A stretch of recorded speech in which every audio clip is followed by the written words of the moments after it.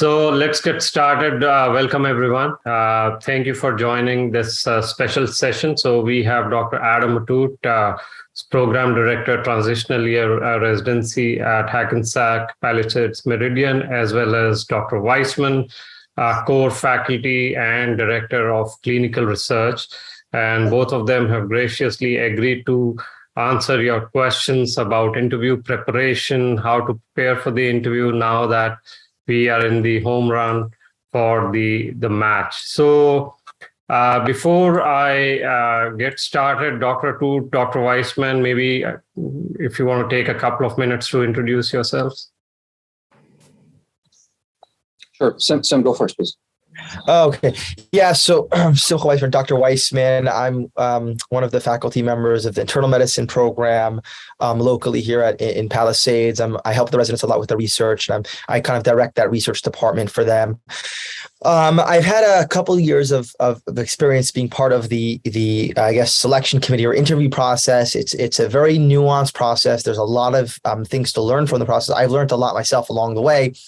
One of them is how to really conduct interviews and how to prepare properly. One of the reasons I got into this is I've interviewed a lot of students, and some of them I just almost felt bad. I almost felt bad for how they answered some of the questions, and I knew that this would be big red flags in other programs with other faculty members. So I'm like, I have to at least educate them, at least try to tell them what not to do and certain things to do.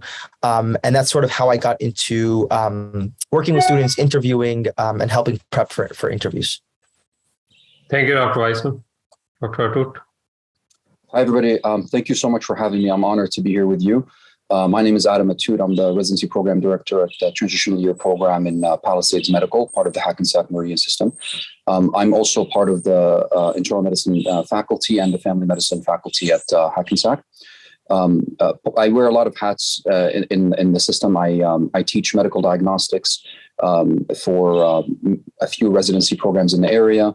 I also am in charge of board review preparation for the hospitals here, and I've been quite heavily involved with IMGs and American graduates in matching to residency, guiding them through.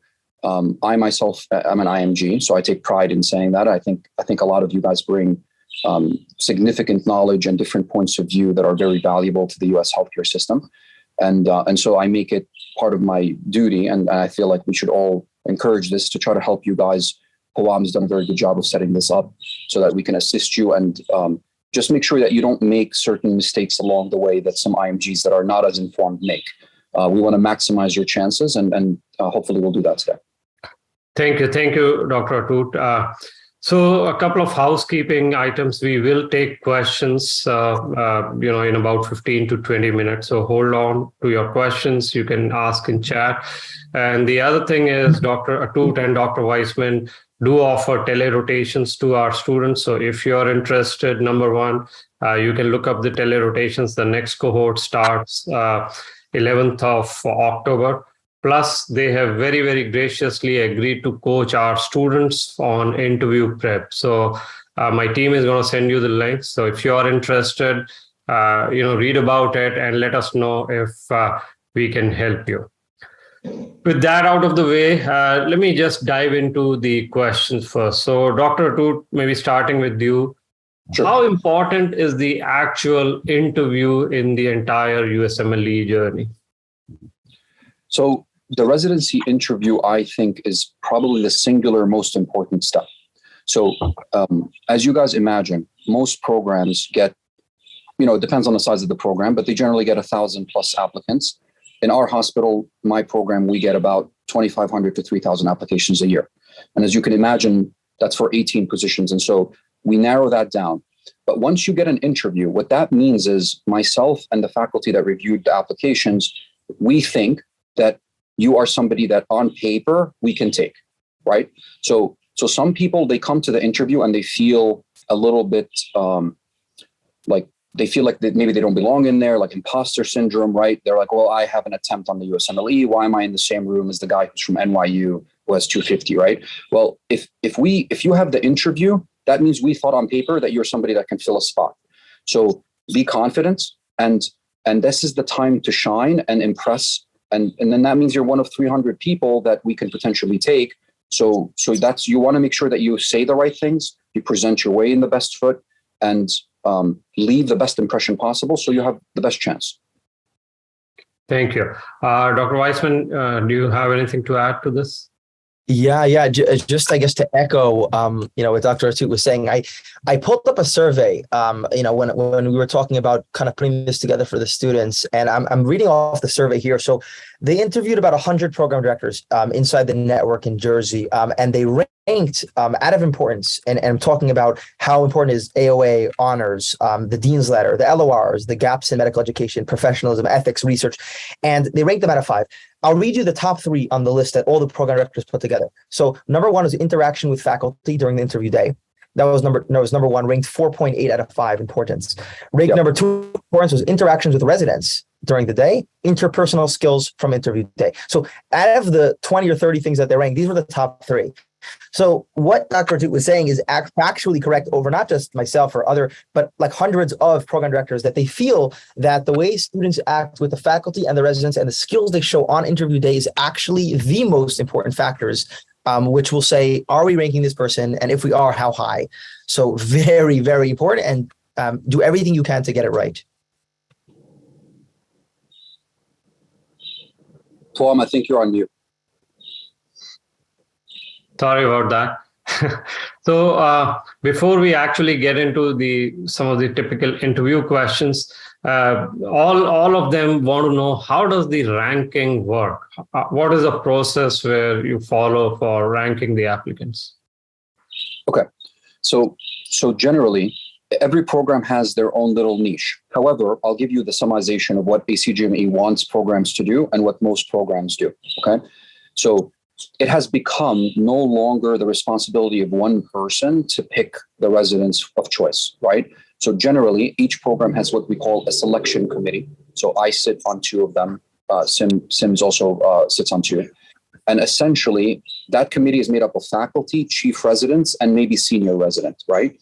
And these are the people who did the interviewing, generally were involved in the selection of the residents that we're going to pick.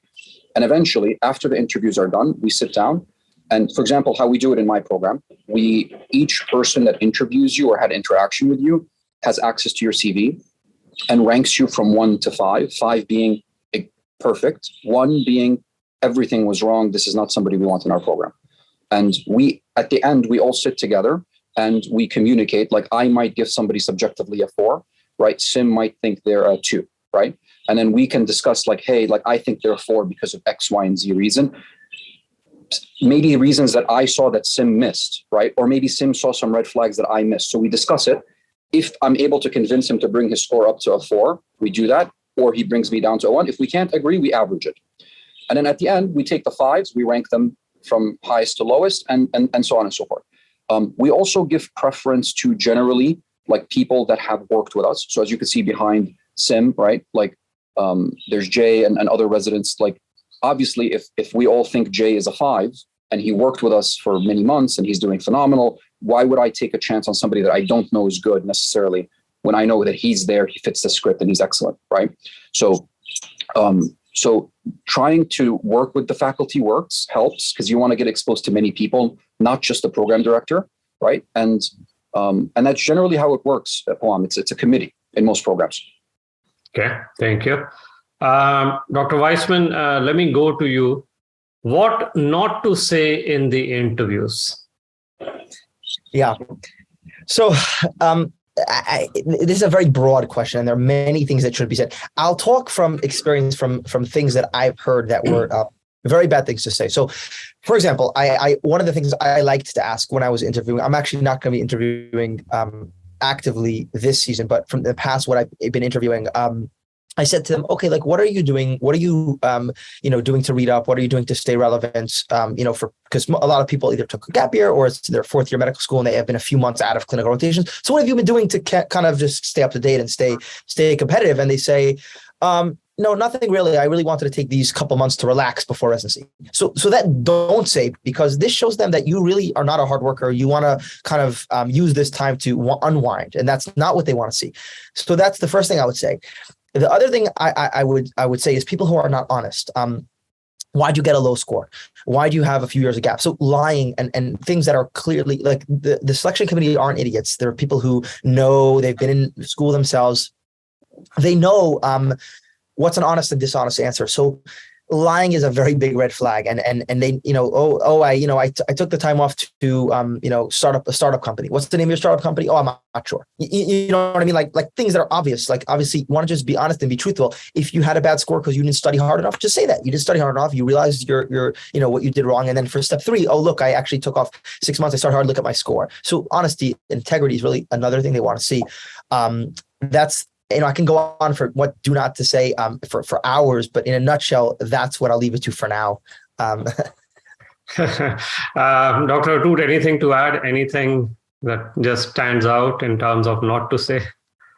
Yeah. So look, ultimately, I think that everyone here that's applying for residency was probably the smartest kid in their class, wherever they were, right? Most people, like in college. So you guys are all, the fact that you got into medical school to begin with shows me that you're a high IQ individual, right? The majority of the time. So just think of it rationally. Put yourself in the shoes of the program director for a minute and the faculty, and ask yourself, like, what would I not want to hear? So for example, what do I want out of a resident? I want a resident that's, number one, reliable, right? Number 2, cares about the patients. For me, patient care is the 4th most. This is why we do what we do. This is why we built all of this, right? And somebody that's hungry for knowledge, because I can't teach you. I can't make you a better doctor if you don't want to be, right? And somebody who's self-motivated, right? Like, my job as a program director is to give you every tool at your disposal to be the best doctor possible. It's not my job to make you want to come to work or want to read. That's on you. You know what I mean? So we want those. So what are the certain things that you can say that make me think that you don't have those skills, right? So if you, for example, I ask you, hey, what do you have any question? Every program director will ask you, do you have any question for anything? And the first question that comes out of your mouth is, how many weekend calls do we get? How many night shifts do I have to do per month? How many ICU calls do you guys do, right? So sure, that's information that we share with everybody. Of course, we want you to know what kind of schedule we have. But is that really what you want to draw attention to, that you're paying attention to, right? Like, how many vacation weeks do I get a year? Well, like, all of these things are pretty standard across the board, by the way. Like, all ICU rotations, night floats are generally not different from program work. But the fact that he thinks that that's the most important, what impression am I going to get? I'm going to get that this is somebody who wants to do a minimal job. He wants to come here and do the bare absolute minimum, right? So that's not somebody I would want. I would much prefer if they were saying something like, hey, like with Jay, right? So Jay and I, he was with me yesterday in the clinic, and we were discussing like scleroderma patients, right? I would much rather if he was like, hey, by the way, I wrote a couple of papers on scleroderma and I'm interested in like rheumatology. What kind of research do you guys have for somebody like me to expand on that in your institution? Perfect. That's something like Sim in charge of research, he would go crazy for. That's what he's looking for. He wants someone he can come with and he can do research with. Or somebody that says, hey, like, I would like to be very good with my hands. How do you guys like improve resident procedural skills, right? How can I get a good central lines or paracentesis or something? That makes me think that you're interested in doing well for the patients, right? What kind of community outreach do you guys do? I'm very interested in going to underserved communities. That's what I want to hear. I don't want to hear like, how many wellness days do you guys get, right? Like, you can ask, but you get what I mean? Like you're selling yourself. Sell yourself as a hard worker. And then all that other information is on the website. You can just find it. Thank you. Yeah. So now let's get into the meat of the interview, right? So the easiest and probably the toughest question, tell me something about yourself. What are you looking for as a program director from this question? And how should students tackle this? So, that's a very specific, that's a very broad question, and I'll do my best to answer it. It really is very, very variable from student to student because everybody's journey is extremely different, right? So this is what I think interview prep is extremely important for, because you want to start off at a point. Remember, this is a conversation. This is not a monologue. So you don't want to like answer that question by speaking for 10 minutes straight and the faculty member just looking at you like, oh my God, when is this going to finish, right? So you want to present your story and give openings for someone to intervene in between. So it's a back and forth, right? But I would love to know, for example, where you grew up, right? Why you went into medicine, right? Why do you want to come here? Why do you want to come to New York and New Jersey, right? What draws you to this particular specialty, right? You can input that. But what I tend to see, Poem, is kind of like a very prolonged monologue. And it's almost scripted, like they practiced it in the mirror. And it's not very organic. It makes very difficult conversation where it becomes hard to speak to them. And then the ones that are very insecure about the red flags in their application, they tend to start to go into these red flags and like almost highlight them themselves, which you should never do. You should have an explanation when asked, but I would never volunteer that information, right? Like I think me and Sim were talking and we said, like, you know, when you go buy a car, the car salesman never tells you what's wrong with the car. He tells you what's really good about the car, right? So like he's trying to sell you the car. He would never tell you, hey, there was 6 car accidents with this car. No, he highlights the positives. So for you, never pull out the negatives, right? But be prepared to answer them. You should highlight your positives in that question, and interview prep helps you a ton with that if you practice. Thank you. And just to reiterate, if you guys are interested in interview prep with Dr. Atoot and Dr. Weissman, our team is posting links. So Swati, if you can post it to the students, I think you posted it for the panelists. So thank you. Next question, Dr. Weissman, maybe to you. When it comes to research, how should students be describing their research in the interviews? Yeah, that's a good question. I get this a lot from the students. So the big thing to understand is kind of touching on what Dr. Atoot was saying, you can't be the only one talking. So they ask you a question, tell me a little bit about your research, and you go on for 15-minute rant. That's not what they want. They want you to show them that you know what they're talking about. You show them that you are interested in the project, and then give them time and room to ask questions. They say, tell me, oh, I see you're interested in, you did this meta-analysis on heart failure. Tell me about it. You don't go on a 15-minute rant that's scripted, going through the whole project, and they're like, okay, he just read and memorized this off a script. He doesn't show genuine passion in it. It has to be talking in your own words. I got interested in this project. I'm looking actually to do cardiology, and there was an opportunity that came up to discuss heart failure, and we kind of went through different studies, put them together to see if we can improve outcomes in patients presenting with heart failure. And they say, oh, tell me on what was your role in the paper, or what did you guys find in the paper, and get ready for back and forth interaction. They want to see interpersonal skills here. That's the biggest part of the interview, is to show interpersonal skills. Now, I would liken this to something where, in Google, let's say you're applying for a job in Google. They don't really care. They're going to look at your score. They're going to look at your exam score. You're applying to law school. They're going to look at your exam score. Now, in medicine, you're working very closely on a daily level with different faculty and the program director, and they want to see that you're someone they can work with. You're someone you can communicate with. There's someone they can get ideas across to. So that's the point of the interview. So you want to make it a conversation. You don't want to, and that's why actually I think prep is so important here, because you don't want to practice in front of a mirror yourself, because you're not giving time for people to ask you questions and you to reply. It's just your memorized statement. So that's sort of the idea with research also. Thank you. Dr. Atoot, you, I think, already answered it, but let me ask again. Sure. Red flags during interviews, especially attempts and long gaps. So you said, have your explanation ready. And I think Dr. Weissman said, don't lie. Do you want to expand on that?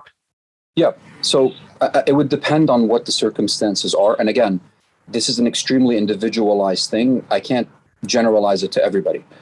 However, most of the red flags that people worry about that program directors are going to hold in negative regard is, for example, like low board scores is one, multiple attempts on the USMLE is two, right?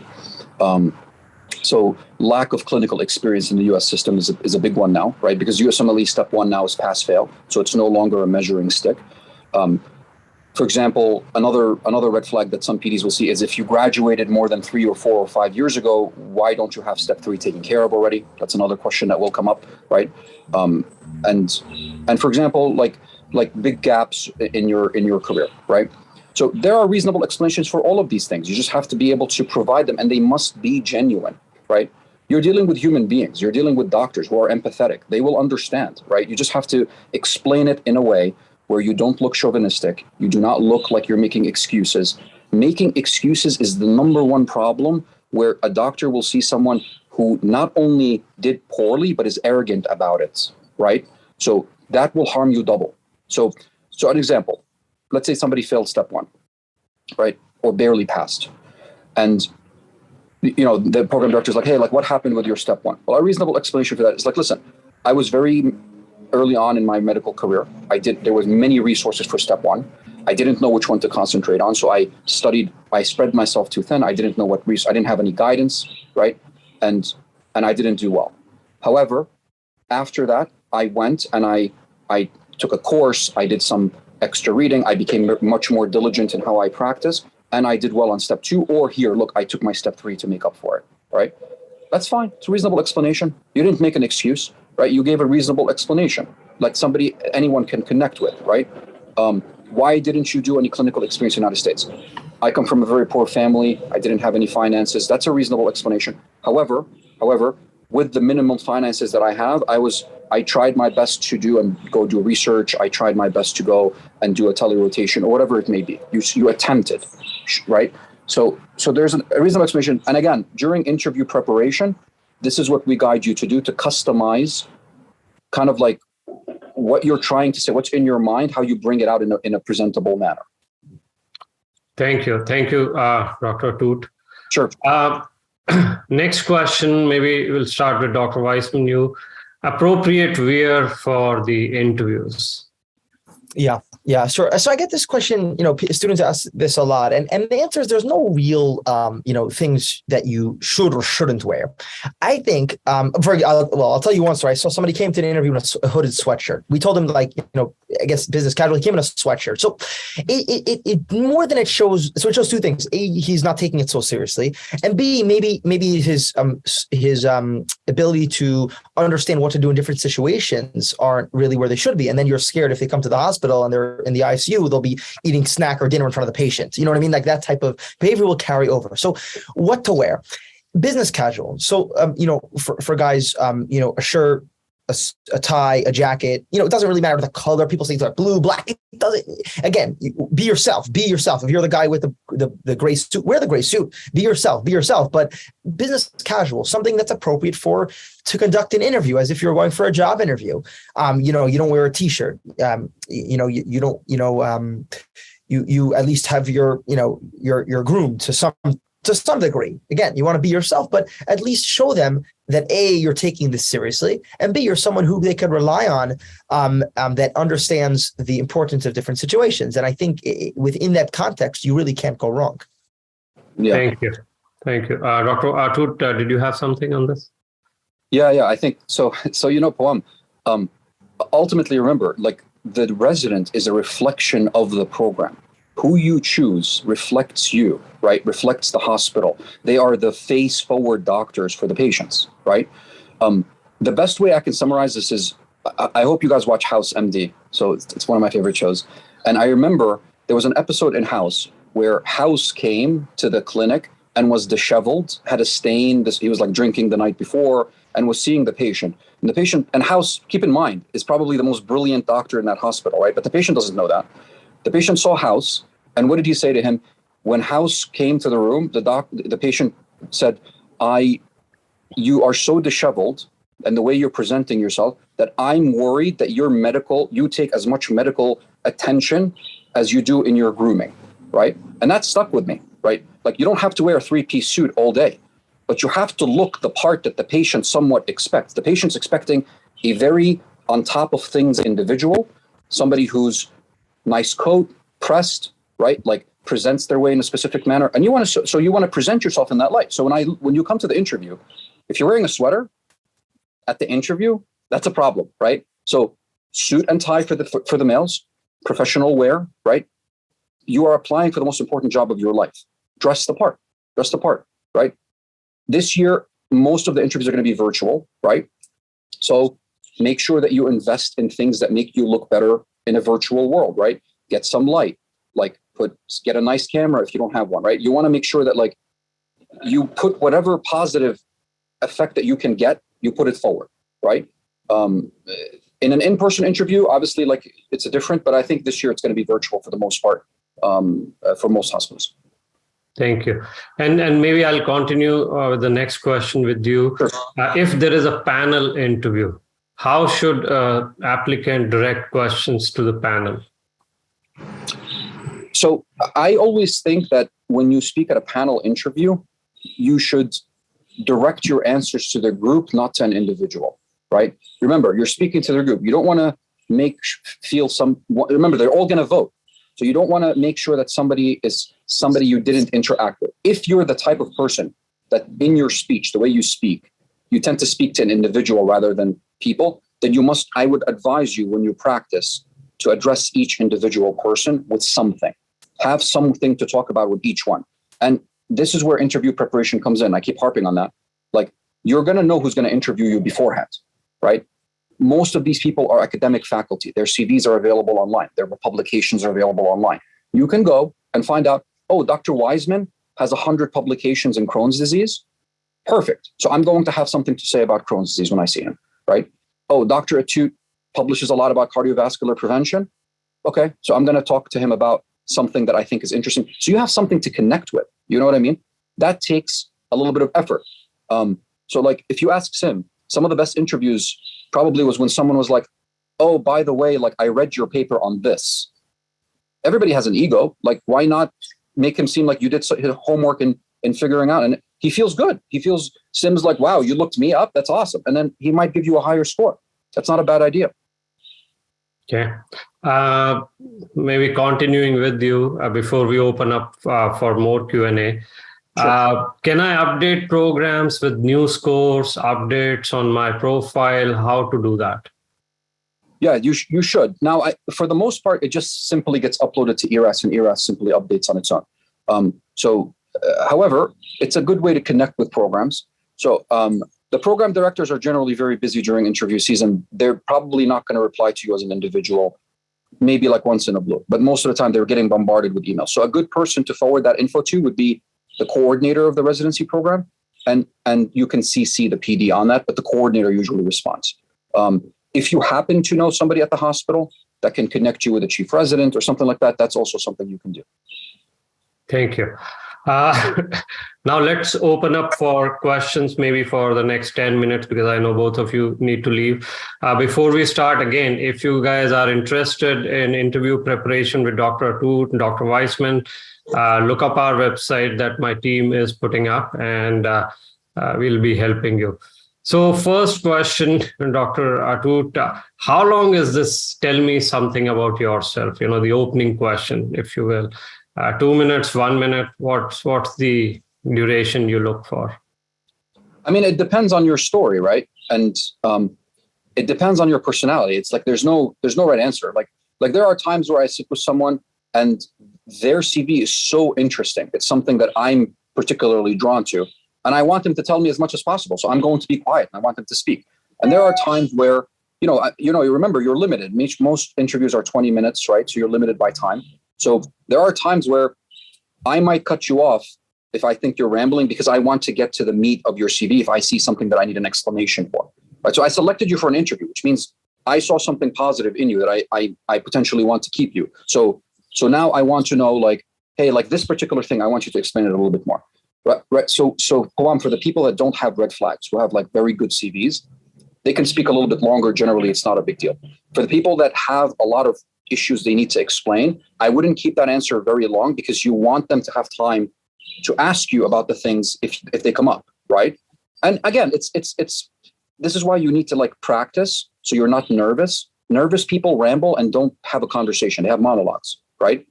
When you practice enough, you'll be calm, right? The same way when the first time you went into a patient room by yourself in med school, you were like very nervous and you were like asking the patient 1,000,001 irrelevant questions, right? But now, after medical school, you go in, you're very comfortable, like Mr. Smith. The patient's the one that's like not calm, right? That he wants your confidence. Same thing, that comes with practice. And we can help you with that. Thank you. Dr. Weissman, maybe next one to you. Do wired headphones seem distracting? Do you prefer wireless, wired? What's the preference? Yeah, it's an interesting question. I remember once a comment was made by the associate program director, like he looks like he's in charge of like a command control center. This guy had like massive headphones. He looked like he was like, I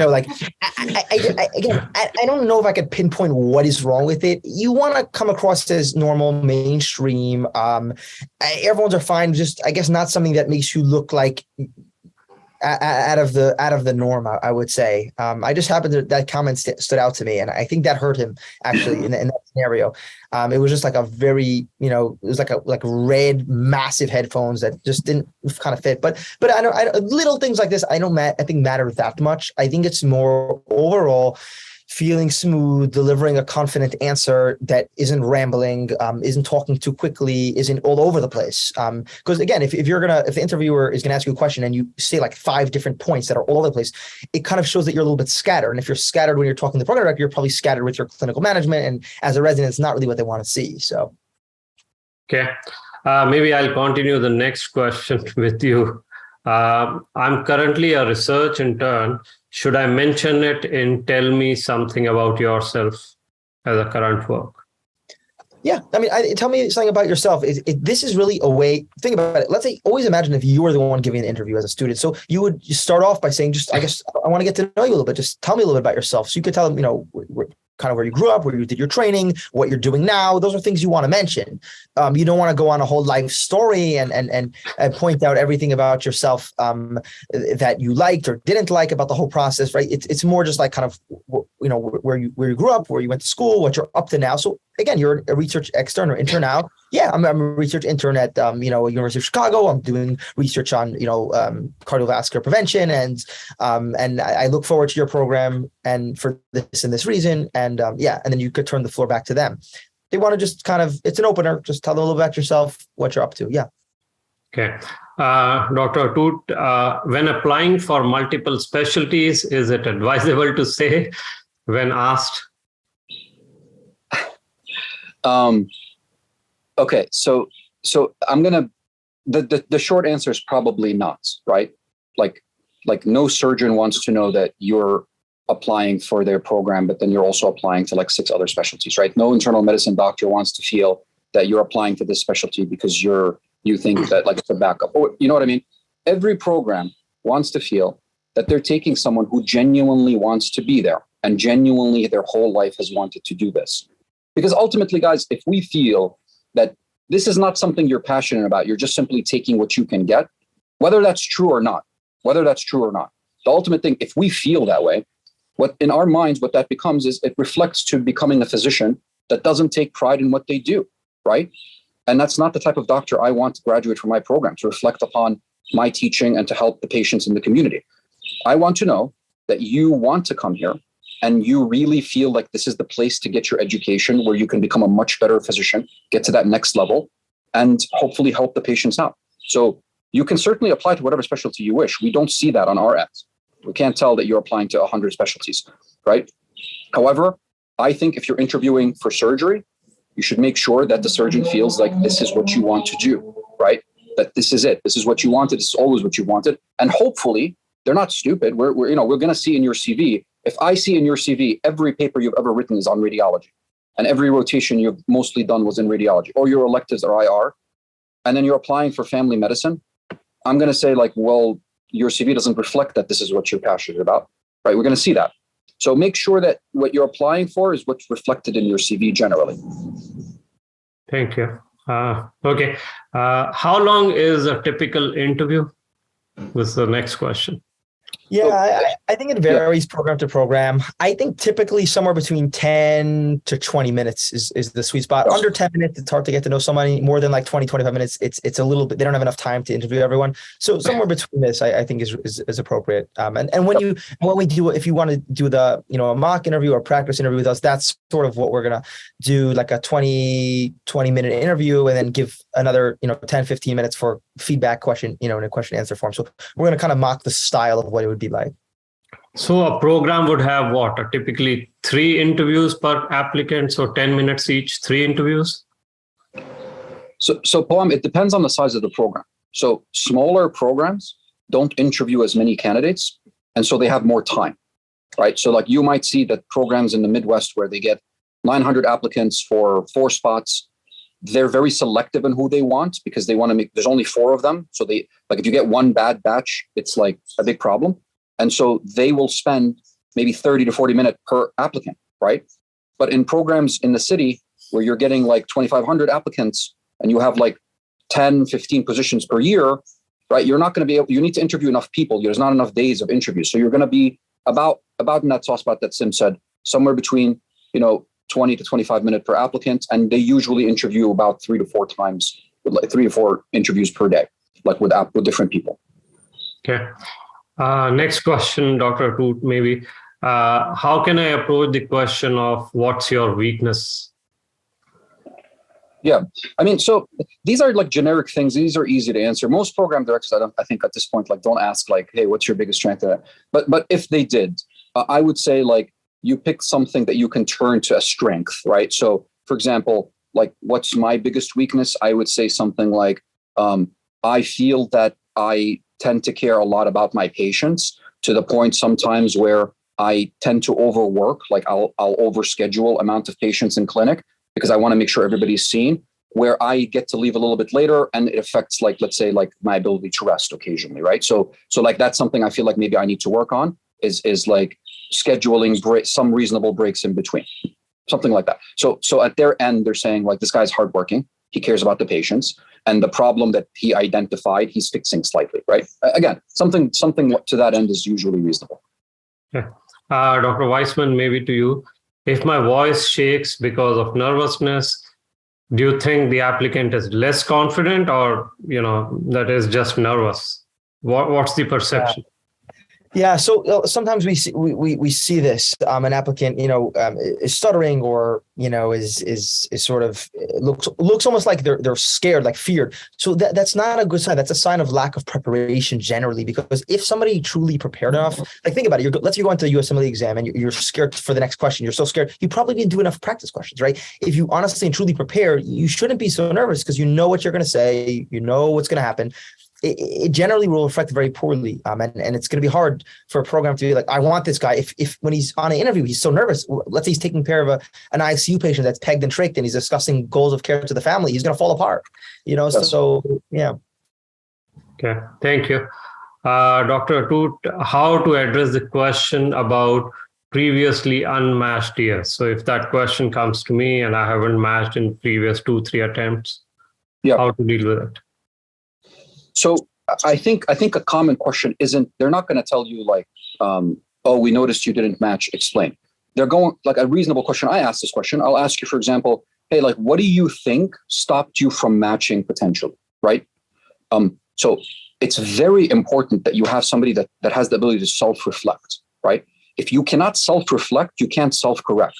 That's a lesson we teach in medical school, right? Always question your decision-making and understand that if there's a potential for error, how you can fix it. That's part of your medical training, right? So you should tell me like, hey, listen, I honestly think maybe I didn't match because my step 1 score was low, right? I think that might be it.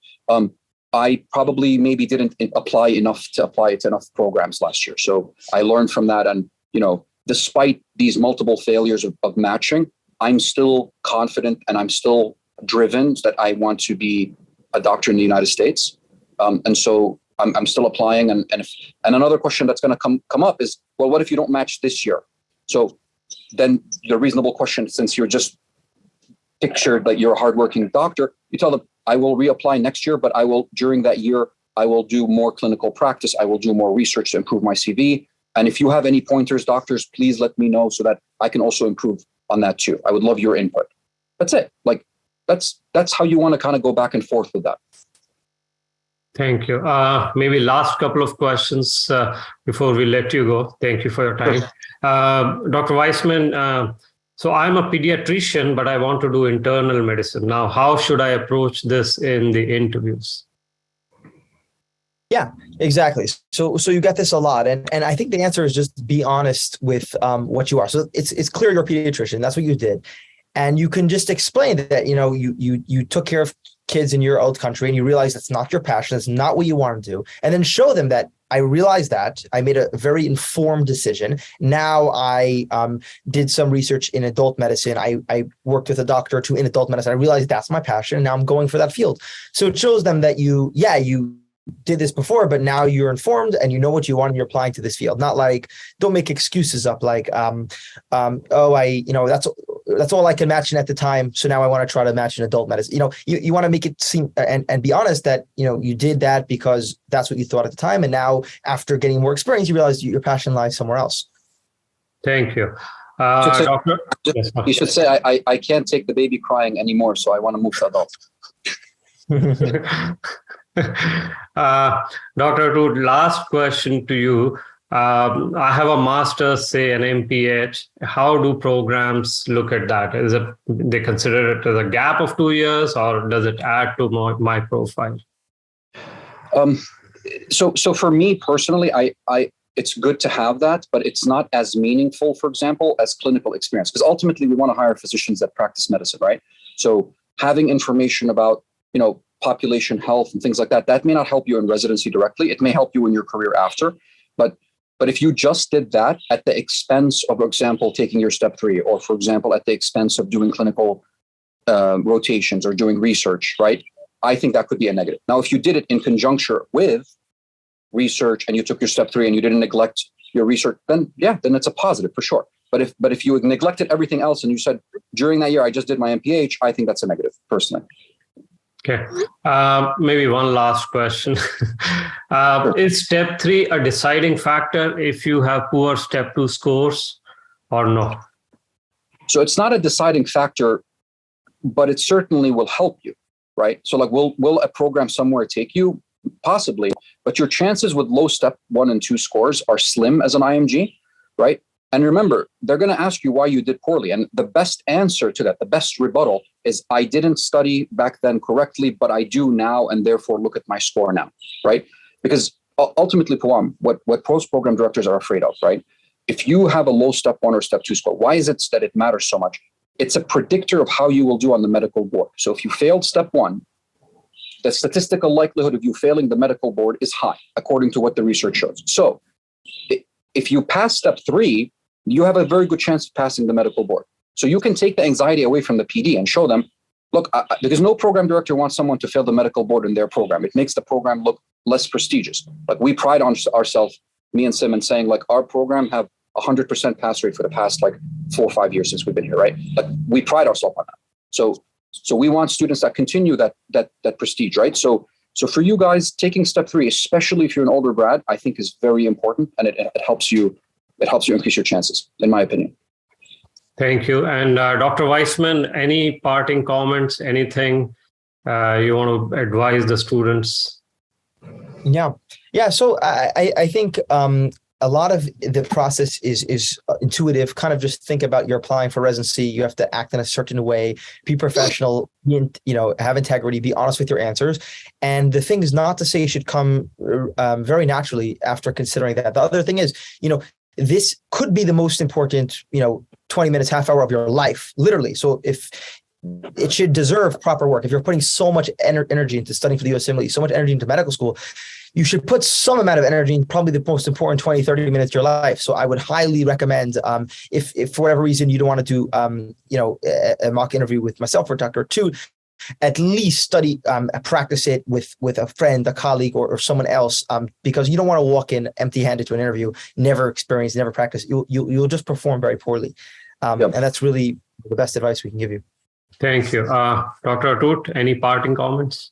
Yeah, Pawam, like, I think a lot of people make the mistake of thinking that they can walk into the interview and wing it, right? They think that like, this will just be a regular conversation. Like, I can, and you trust me on this, you can say the wrong thing without meaningful, especially. So I say this humbly as an IMG, as a son of immigrants who I came here without learning a word of English. So take this advice with a grain of salt. When English is not your first language, sometimes things that sound normal in your native tongue, when you translate it in your head and you say it, it comes out very weird to native English speakers. And so you may not think anything wrong by saying it, but they may interpret it as like way off if they're not familiar with your background. And so I'm telling you, practice. The same way you put studying into USMLE, this is important, whether it's with us or with whoever. Practice. I don't suggest you do it with people that you're comfortable, that your friends or a family member, because you're going to be at a certain level of stress that's below. You should do it with strangers that don't know you, that will grill you the same way a regular interview will. So you get that nerves out of your way. And when you show up, you do the best that you can, and the rest will take care of itself. Thank you. Thank you very much, Dr. Atoot, Dr. Weissman. To our audience, I'm going to stay back and answer more questions. But just to summarize, prepare for the interview. If you need help with telerotations, the next cohort starts 11th October. Research starts 20th October. And of course, interview preparation with Dr. Weissman and Dr. Atoot has started. If you're interested, look up the links. Thank you again, Dr. Atoot, Dr. Weissman. Very informative. Thanks as always. Sure. The pleasure, guys. Here. Thank you. Take care. And guys, we'll take more questions. If you have more, let me read through. We had them for 45 minutes. So let me see if, and by the way, we do have Instagram Live on Fridays. So let me take it. What if you have low step 2 score, then step 1? What would you need to answer in that scenario? It just depends on the drop. 5-6 points drop is not a big drop. If it's 20 or more, then you really have to be, like Dr. Weissman said and Dr. Atoot said, being able to explain to them. How to go about talking about MPH that I'm currently doing. I think, like Dr. Atoot said, make sure to connect it to your clinical projects. Make sure that you are doing something which is clinically relevant. I think that's the main message from him. When will the interview course start? The interview course has started. Classes are live as well as recorded. Swati, if you can post more about the interview preparation classes, please. What are the pros of taking step 3 in December? If you are taking step 3 in December, by the time results come out in maybe mid-January, you will probably be able to increase your rank at the programs you interviewed. And for step 3, I think it'll not help you get more interviews. Okay. What if my score is higher than step 1, but still considered a low score? Obviously, go through the NRMP averages and then compare. And if it's higher than step 1, that there is a definite improvement. So you can play on the improvement. Is not having research and publications a red flag? It depends. Research is becoming important. So I think if you can get started on some case report or something, that'll be good. But also depends. If you are a high scorer, recent graduate, maybe you didn't have the time. So that, that can be explained as well. How much would be interview prep with USMLE Sarthi cost? So if Swati, you can post that link, but we have various options, classes only, classes plus mock interviews. We are also running a special for the next 4 days. So classes are 1,100 and then with mock. So with 2 mocks is 1,400 at this point. Link for research, Swati, if you can post the link, please. What is the difference between healthcare system in India and US? This is a very important question for interviews, and we go over that in detail. What is a low score on step 3 if step 1 and step 2 are average/good? I think a 210, 215 is a low step 3 score. 230 plus is a good score. Is being an old grad a red flag, but having a clinical residency in home country? So that's a good thing. If you have home country residency in a clinical specialty and good scores, you should be able to match.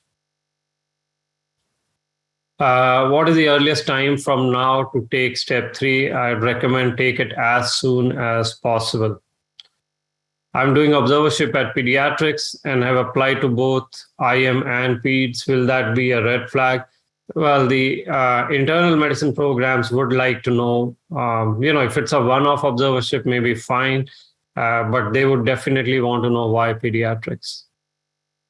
Can you still get residency with multiple attempts on all step and all graduate? You can. It just depends on your profile, experiences, and even the choice of specialty. If you look at the IMG-friendly specialties, IM is becoming harder and harder, so maybe it won't be IM for you. Is YOG a compulsory filter? No. YOG is one of the softest filters. Your home country residency and your scores do help you quite a bit. What else? Do we need to send letter of interest to all programs? What is the best time to send? So we do, again, have specific classes on what to write, when to write, how to send it, and all that. You can start sending it. Again, depending on the profile, the number of programs you can send to.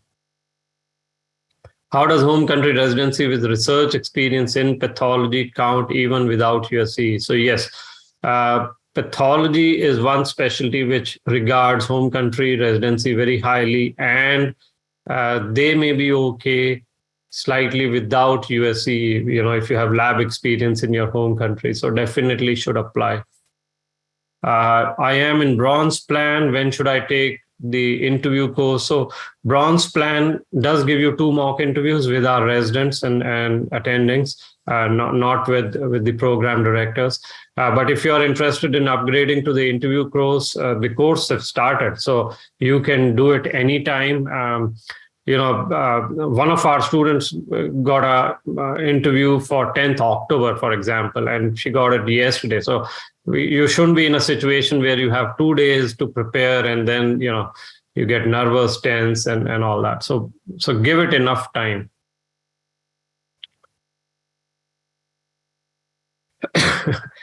For 10-year plan questions for IMGs, do you receive better if applicant wants to stay in the US? So yes, unlike a visa interview, the programs do want you to stay in the US, serve the community. They've all obviously invested in you. So a good answer is that you want to stay.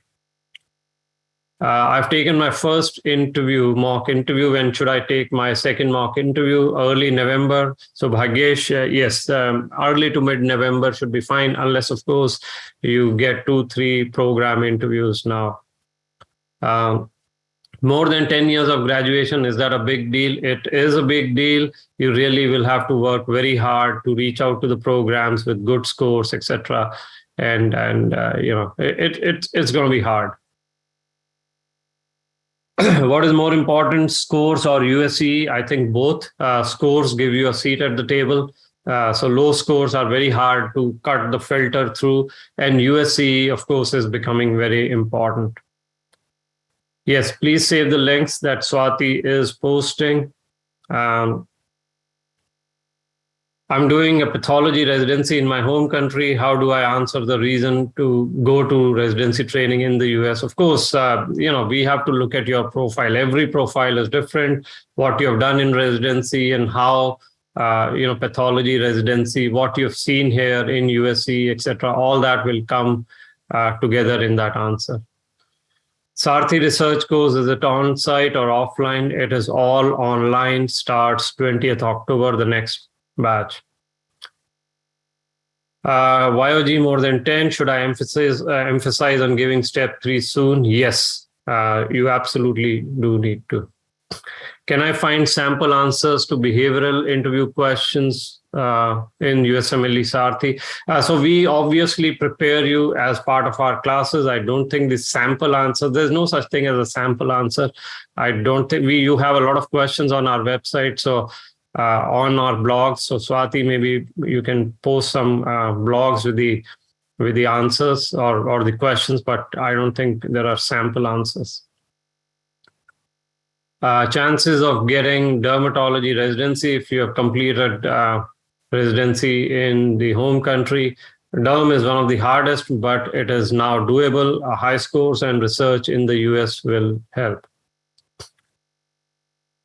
Home country residency in surgery and now applying to internal medicine. I think your USC in internal medicine will be very helpful and will show the programs that you are now interested in IM. As IMGs, do programs want you to stay in the US or go back? Absolutely, they want you to stay here. Step 1 score, will this matter this year? Yes, absolutely, because many applicants, up to 80%, do have a step 1 score. So this year and maybe the next year also will be a weird year where both these will factor in pass fail as well as the score. Does Platinum plan include interview preparation with program directors? No, Platinum includes your entire interview preparation and mock interviews with our residents and attendings. The program director mocks are separate. Let me see. What's a low step 2 score? Again, depends on the specialty. Please look up the NRMP averages. Different specialties have published the scores in terms of the averages and all that. I'm not ECFMG certified yet, but will be after a month. That can affect my interviews. Probably it will depend on your scores also and how aggressively you do the outreach.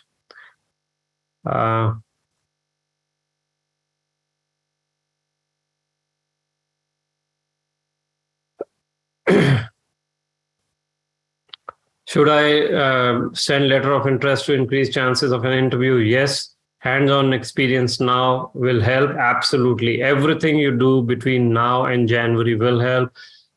Research, rotations, it will all add up.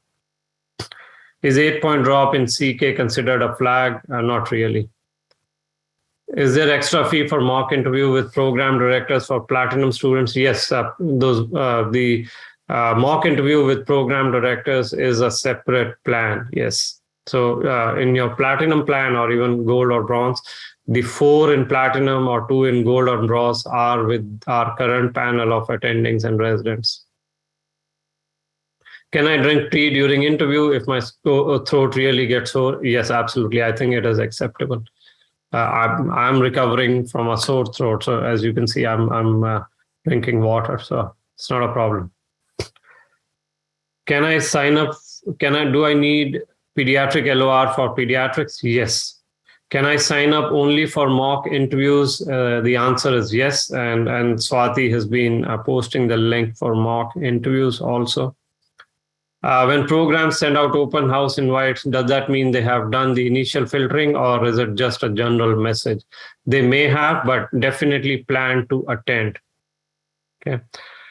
All right, we are coming to an end of this session. Thank you very much. And if for more questions, of course, we answer these questions in our Telegram group and in the classes, but we'll have Instagram Live tomorrow at 11 a.m. Eastern. So you can plan to attend. Swati, if you want to just set up the link for the Instagram as well.